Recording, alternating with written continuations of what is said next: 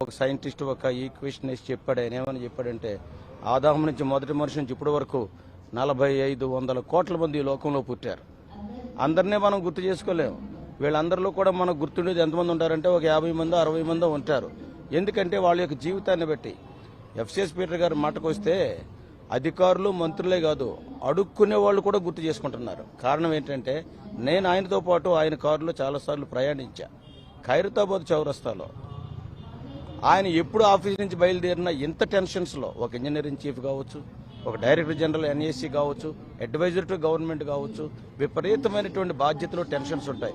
కానీ బయలుదేరేటప్పుడు, ఆఫీస్ నుంచి బయలుదేరేటప్పుడు ఒక 5 గ్లూకోజ్ బిస్కెట్ ప్యాకెట్లు కొనుక్కునేవాడు. నేను అడిగా, ఎందుకంటే ఖైరతాబాద్ చౌరస్తాలో సిగ్నల్ పడుతుంది, అక్కడ బండి ఆగుద్ది, అడుక్కునే వాళ్ళు వస్తారు, వాళ్ళకి డైలీ నేను ఇస్తా ఉంటా. ఈ రోజున వాళ్ళు కూడా బాధపడుతున్నారు. అటువంటి వ్యక్తి, అందుచేతనే అటువంటి వ్యక్తుల్ని ఎవరైనా ఎంతకాలమైనా గుర్తుంచుకుంటారు. కాబట్టి అందరిని కూడా, అందరి మనసుల్ని తాకినటువంటి వ్యక్తి ఎఫ్సిఎస్ పీటర్ గారు. సార్, ఇప్పుడు వైఎస్ రాజశేఖర రెడ్డి గారు ఆయనకు స్వయాన బావమరిది కదా. సో ముఖ్యమంత్రిగా ఆయన ఉన్నప్పుడు వైఎస్ రాజశేఖర రెడ్డి గారు అంటే ఆయన్ని అంటే కావాలని, అంటే వాళ్ళ బంధువు అని చెప్పేసి పిలిచి ఏమైనా పదవి ఇచ్చారా? అంటే ఒకవేళ ఇచ్చినా కూడా ఆయన తీసుకోరని చెప్పేసి కూడా చెప్తారంట. సో చంద్రబాబు నాయుడు గారు ముఖ్యమంత్రిగా ఉన్నప్పుడు కూడా ఆయన ఇంజనీర్ ఇన్ చీఫ్ గా పనిచేశారని అంటారు. సో ఈ ముఖ్యమంత్రుల దగ్గర ఆయన పనిచేసినప్పుడు ఈ అనుభవం ఏమైనా పంచుకుంటారా? ఒక్క మాట అయితే చెప్పగలను నేను. ఆయనతో మరి వ్యక్తిగతంగా నాకు చాలా ఉన్న బాంధవ్యాన్ని బట్టి, సంబంధాన్ని బట్టి, ఈనాటి వరకు గవర్నమెంట్లో ఏ పోస్ట్ కానీ, ఏ ట్రాన్స్ఫర్ గురించి కానీ, ఇంతమంది రాజకీయ నాయకులు ఆయనకు తెలిసినా గానీ ఏనాడు ఏ ఒక్కరిని కూడా నోరు తెరిచి నాకు ట్రాన్స్ఫర్ చేయని ఆయన అడగల.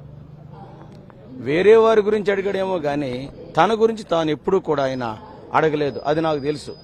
ఏం చేద్దంటే, ఆయన చనిపోయే ముందు 2 నెలల క్రితం కూడా నేను ఆయన కలిస్తే వేరే విషయంలో కూడా చెప్పాడు. ఏంది ఆంధ్ర గవర్నమెంట్లో కూడా మీరు అడ్వైజర్గా వెళ్లారు, ఏంటంటే అసలు ఆ ముఖ్యమంత్రి గారే నన్ను గుర్తుపట్టలేదు, నాకు బంధువు అయినప్పుడు కూడా తర్వాత నేను సోని అపాయింట్ అయిన తర్వాత నేను చెప్పాను. దాని అర్థం ఏంటంటే, ఆయన యథార్థతను బట్టి ఆయన జీవితంలో, ప్రభుత్వంలో పైకొచ్చారు తప్పించి రాజకీయ నాయకులు వెనకాల ఉన్నారని, ఏదో పరపతి కలిగిన వారు ధనికులు వెనకాల ఉన్నారని ఆ రీతిగా దాన్ని బట్టి రాలేదు. ఏనాడు కూడా ఆయన నోరు తెరిచి నాకు ఈ పోస్ట్ కావాలా ఏది అడగల. ఒకటే నేను చెప్పగలను, దేవుని యందు విశ్వాసం ఉంచినటువంటి వ్యక్తి ఏనాడైనా, దేవుడు బైబిల్లో చెప్పబడింది, తలగానే ఉంచుతానన్నాడు కానీ తోగ్గా ఉంచనన్నాడు. నువ్వు పైవాడుగా ఉంటావు కానీ కిందివాడుగా ఉండవన్నాడు. ఆయన జీవితంలో 100% నెరవేరింది.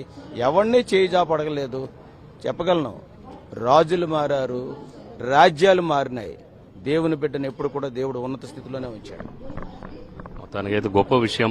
మొత్తానికైతే గత ప్రభుత్వం అంటే ముఖ్యమంత్రి అక్కడ ఆంధ్రప్రదేశ్లో వైఎస్ జగన్మోహన్ రెడ్డి స్వయాన వారి యొక్క బామరిది గారి అంటే రాజశేఖర రెడ్డి గారి కుమారుడే అయినప్పటికీ కూడా ఆయన గుర్తించలేదని చెప్పేసి అంటారు. అంటే ఆ రాజకీయాలకు ప్రాధాన్యత ఆయన ఎక్కువగా ఇవ్వలేదని చెప్పేసి తెలుస్తుంది.